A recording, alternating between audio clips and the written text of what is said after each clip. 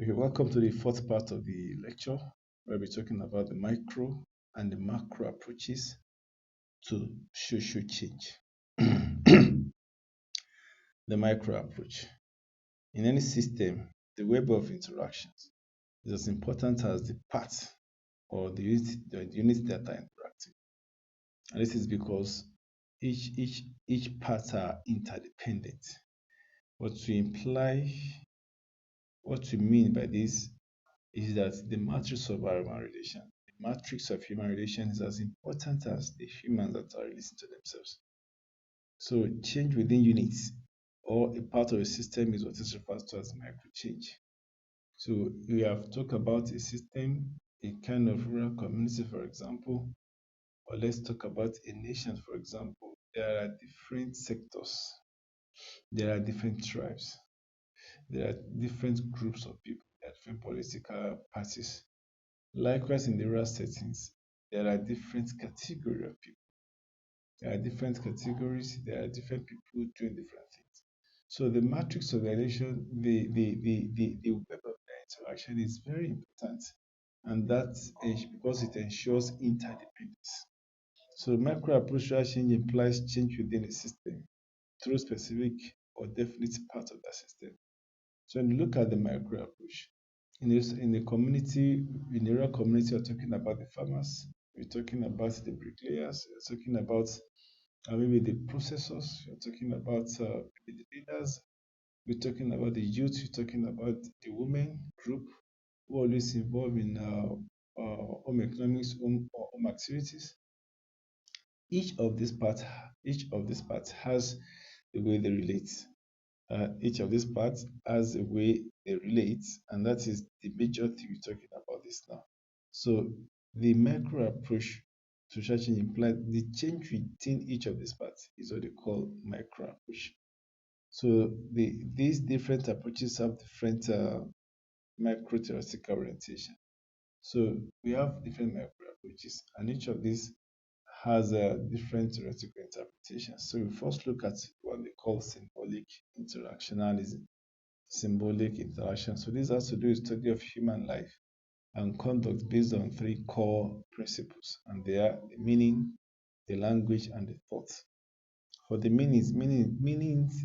for the meanings, human act towards people and things based upon the meanings that they have given to those people or things. This is very important, and this is always what you know. If you're in Igbo land and you're a Yoruba person, they call her Unyofiman. If you're an Hausa, you're an Igbo, they call her Hausa. So if you're in Yoruba land and you are Osaka, this one is Mala. This one is Omoyibo. So we have these things. It is the meaning we ascribe to, the meaning that kind of we give people, and that determines how you look at them. So you say this one is a Unyawusa. They have looked at you, someone does it. There is how they look at you. So that's it. And then another one is the language. Language gives human means by which to negotiate meanings through symbol. So by the time we talk to ourselves, what makes the means for us to negotiate is what is language. So it's by engaging in speech acts, by engaging in speech acts with other symbolic attractions that humans come to identify meanings or naming and development discourse. So if you are somebody that person understands the language, automatically you always feel secure and then you feel at home. But let it be that you find yourself in a place where you are not able to speak, they cannot hear you. You cannot hear their own, they cannot hear your own as well. So it limits the matrix of your interaction. When you talk about the thoughts marks each individual's establishment of symbols. People can be good and can be sincere, but the what you are thinking about them may not be good. You may be thinking something which is not what they are. It happens many occasions. There are some people maybe when they talk, if somebody talks to like five people, it's very possible that five of them will not understand what the person has said in the same way. And then why some people see what the person has said in the best of ways, so people see it as they will find it fault in it and see it as it. So this is the core, these three things are the core principle behind the symbolic interaction, the meaning, language, and the thought. The symbolic interaction is focused on identity. Those people who held this particular belief, they focus more on what identity issue, and then it matters about the self, the self for a self, just I mean the individual.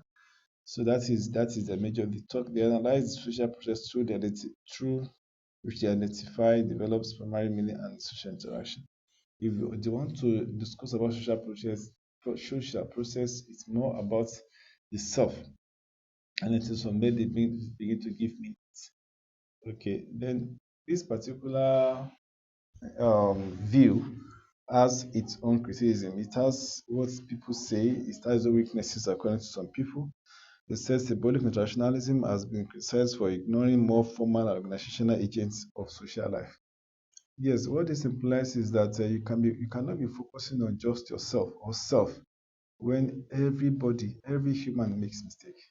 You cannot be focusing on your own tribe alone. When you have not even learned the good of other tribe, even though your own tribe, you have your own tribe too, you know that you have your tribe. You cannot be focusing on your, maybe it is only us that we can do things, but what about, so there are other formal, there are other organizational agents of social life. You meet yourself in a place where maybe you are not been before, and then there is how you can live and be happy and live happy together. So not only focusing on self. The second is how interpersonal interaction and the sense of identity are affected by large-scale social forces is not significantly accounted for in this perspective. Interpersonal relationship and then sense of identity. There are some large-scale social forces that affect this. For example, after the civil war in Nigeria, they brought what they call the NYSC, and then the conception was that if you're a northerner, you go to either the southeast or the southwest. If you're a southwesterner, you go to either the southeast or the north. And if you are a southeasterner, you go to either the north. So just to go and experience other people's culture. Why? To create love, to bring back the love that Nigeria once had before the war.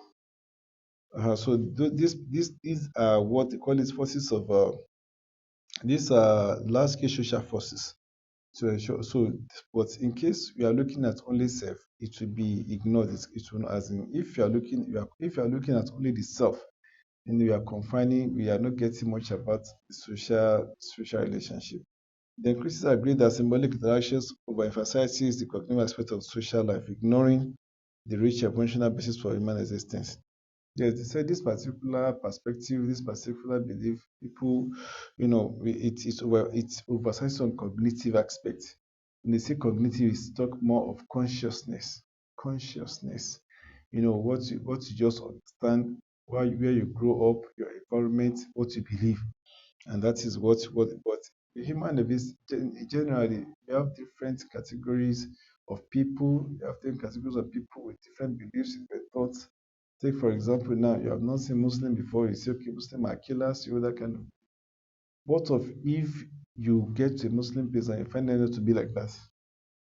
So there's this particular view does not talk it ignores some other rich emotional base of human existence, the real human values which cut across all religions and cut across all race.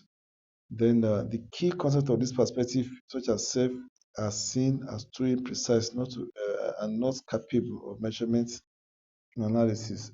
Critics always say that this particular the issue of self is not it's imprecise because human too they are not predictable. In the second, we look at the ethno methodology.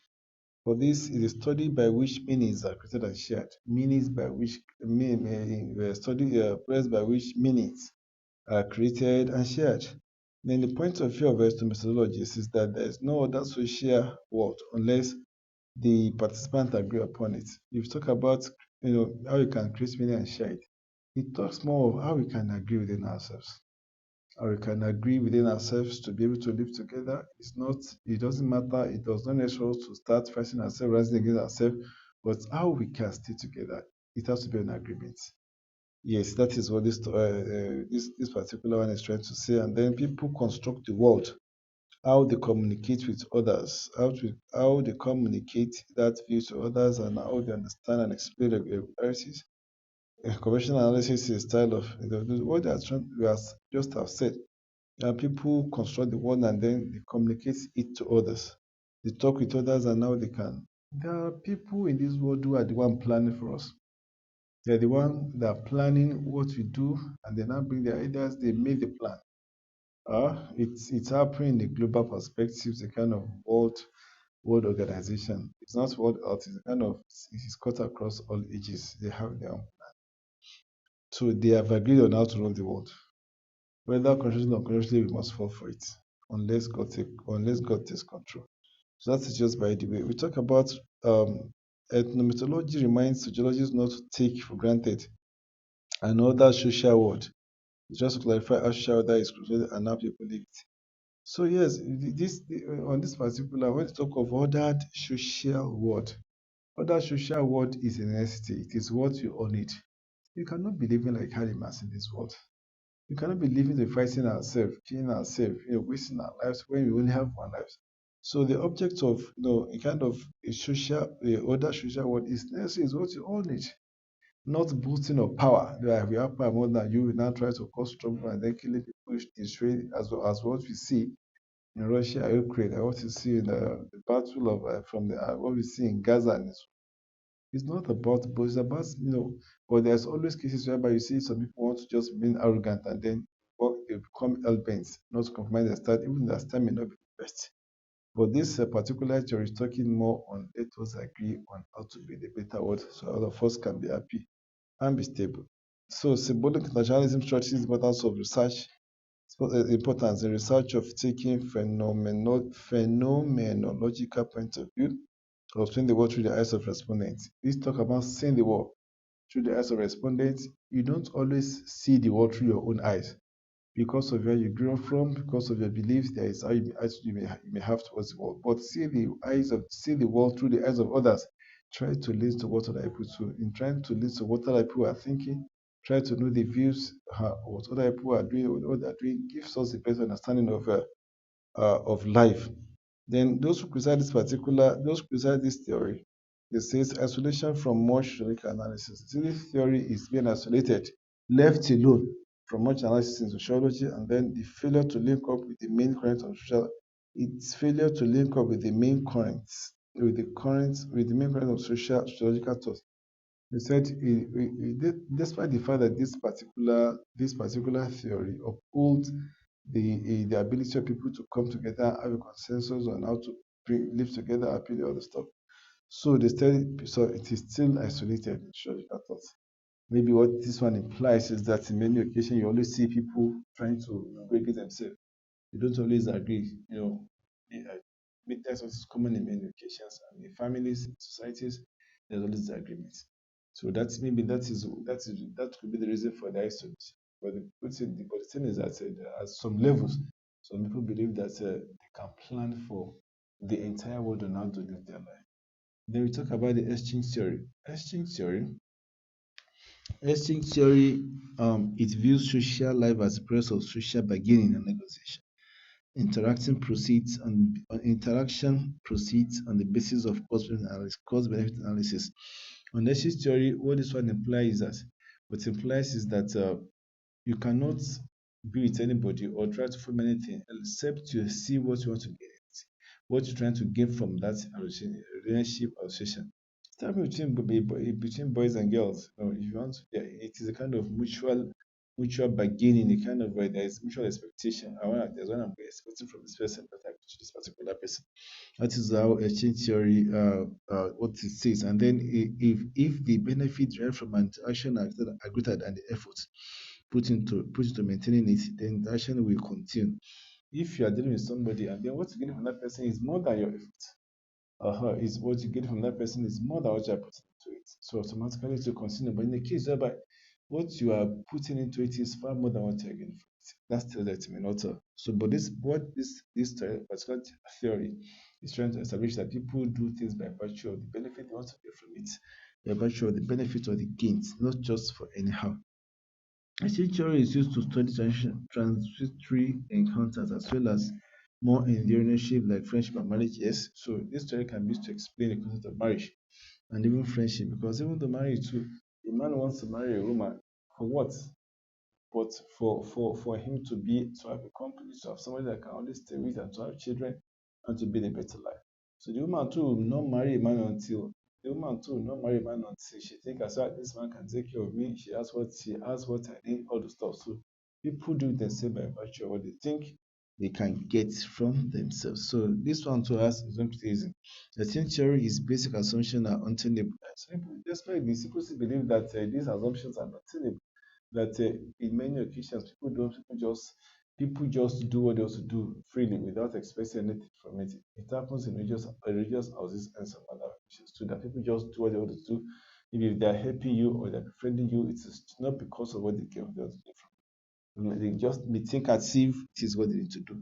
Then the century assumes that much of life is guided by hedonistic calculus, whereby people seek to maximize pleasure. And yes, this essentially, yes, it talks more on what they call hedonistic calculus, that you bargain, you say it based on what you can, based on what you think you are gaining from it. As you get that thing again, you abandon it. But often people do things to maximize pain. But some other occasions, people do some things that will cause them pain. It is not about what you get from it. For example, they'll say love is blind. You see many people committing much effort, much energy into building their love. And some people who are heroes, they always fight to be known as heroes. They will not care to endure a lot of pain just to be called. So you know, sometimes what they give into it is more than what they get from it. That is, then said ancient theory does not act for does not account for acts of love or erosion, where the individual's goal are subordinated for the needs of others. Yes, this ancient theory didn't talk about much of in love and friendship or heroism. What you are no more particular about what you give, maybe in that material gain. Sometimes when they can say major do it, people can see it like so that people can see it as if they are about to do it. Not that it's particular about gaining anything. So people even do something they die after it. That is about this particular one. So these are the criticisms of the micro approach. Then talk of the macro approach. Every society contains variety of subsystems which are interdependent. We talk of micro to be a unit of organization, society, and community, but now we talk of macro, talk about the focus on the entirety. Then it's where this analysis takes care of total system. Yes, in a macro approach, it takes care of not only an organ or individual, it talks about the entire system. Then in other words, if an approach of plan change targets the whole system, it is called the macro approach. So what we're saying there is that if something is being planned, a change or intervention, it targets the entire system, not a part or an organ. Then it's called the macro approach. Another one is the structural functionalist. Structural functionality is part of the macro approach. We talk of the one that are for the micro. For this particular one, its proponent Bronislaw Malinowski as an anthropologist. Then we talk of Talcott Persons. And we talk of Robert K. Merton and Christian Davis, they are all, which are sociologists. So the basic premise of this theory, you cannot explain various phenomena, particularly in terms of their consequences. So say we can't just explain phenomena in each of the organ. By virtue of it cannot be if you base on self, it can be fully explainable. Then an element in this perspective is the notion of system. The idea that various demands of society are related to one another in such a way that exchange in mind. So this particular one, what is being said that the belief of this particular system is that there are various elements of society and they have some relation to themselves and then such a way that it changes one. So if in society we have different tools and maybe the farmer has a kind of bumper and sells his or her good the best of free in the community, it's possible they feel the increments in the community. So they feel it in the community. And according to this, society is really stable relatively stable and integrated. Well integrated social system whose members generally agree on basic rules. Well, what this one may imply is that functionalism refers to do with the interdependence of each part. And the one part depends on the other, and then it is the function of all those parts that ensures the smooth running of a system. So that is the interdependency. The parts have to agree on how best to live. And the social service, the social aspects of political machines, for example, distributing food to the poor and helping them deal with their crises of public welfare and okay, and public social structures are functional society. This one assert that society, maybe a country, community, or a nation, has the power to take care of family of the citizen. That having a kind of distributing food for the poor, helping them, giving people better life. He said that is what that's the function. That's the function of a society. It's not about talk about development. So society is not just being there and doing nothing when the citizen cannot even feel the impact of it. So it's about making impacts and then touching the lives of your citizens or the citizens of the place of your country or the state. Then criticism. Some of the primary elements of the theory involve circularism. They said functionalism involves circular reasoning. Don't think out of the box. So your thought is only limited to that system that you find yourself or the society, the system you find yourself, but you will talk more on the interdependence of each part. So you don't think of it like many external forces from outside that come and influence you, or you can take your affair to an external force with particular part to just ensuring stability, function of each part, and which can ensure development in long term. So structural functionalism views stability as well important and they try social change.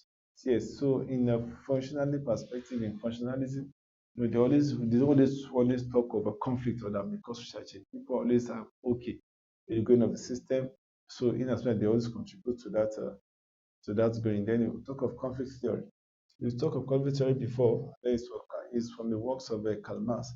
And then he believes that conflict and competitions between various elements in society is always endemic. You always have people trying to fight each other because of what they think they can get or for fame, for money, or something like that.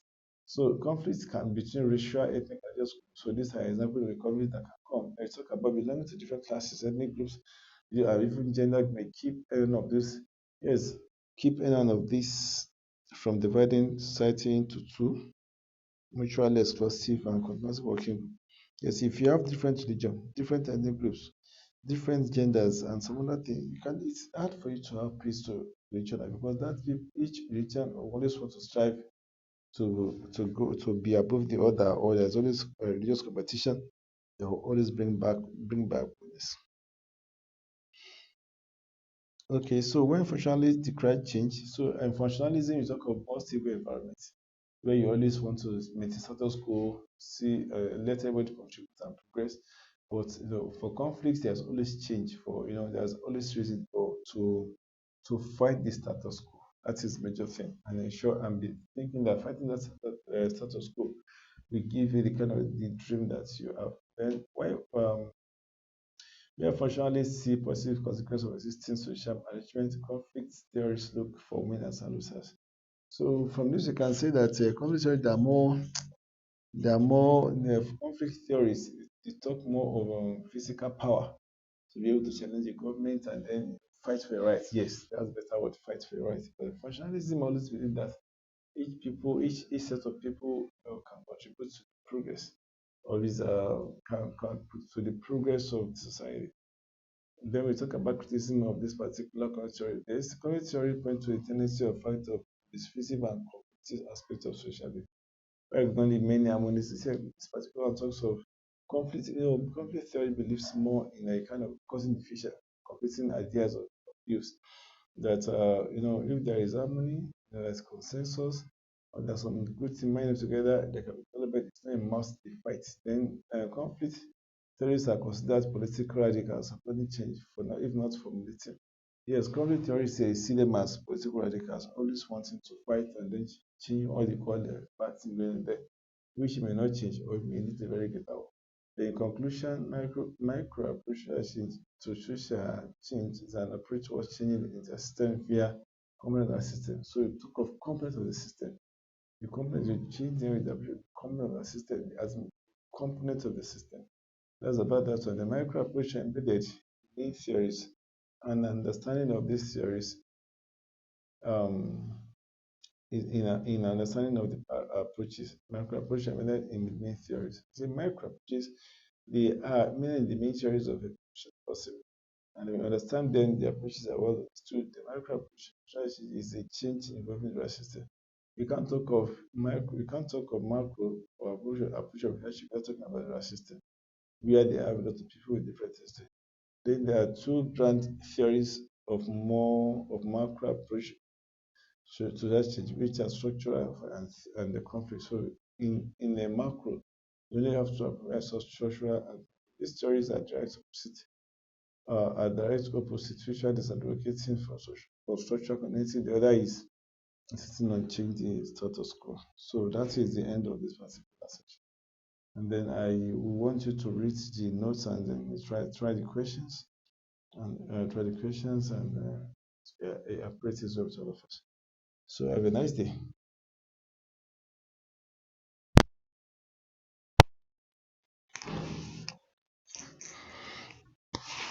Have a nice day.